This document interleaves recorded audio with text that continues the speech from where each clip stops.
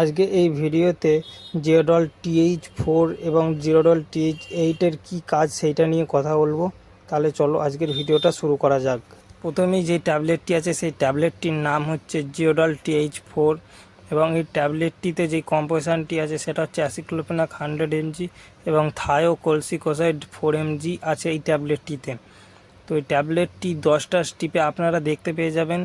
229 টাকা এই ট্যাবলেটটির MRP। এবং এই ট্যাবলেটটির আরেকটা স্ট্রেংথ আছে সেটা হচ্ছে জিওডল TH8।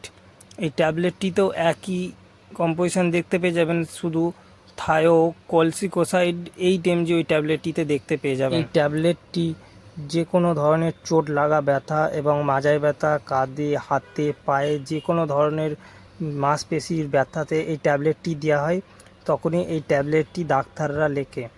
আজকের ভিডিওটা এতটুকুনি ছিল, ভালো লাগলে একটা লাইক করে দেবেন আর এই ট্যাবলেটটি নেবার আগে একবার ডাক্তারের পরামর্শ নিয়ে নেবেন।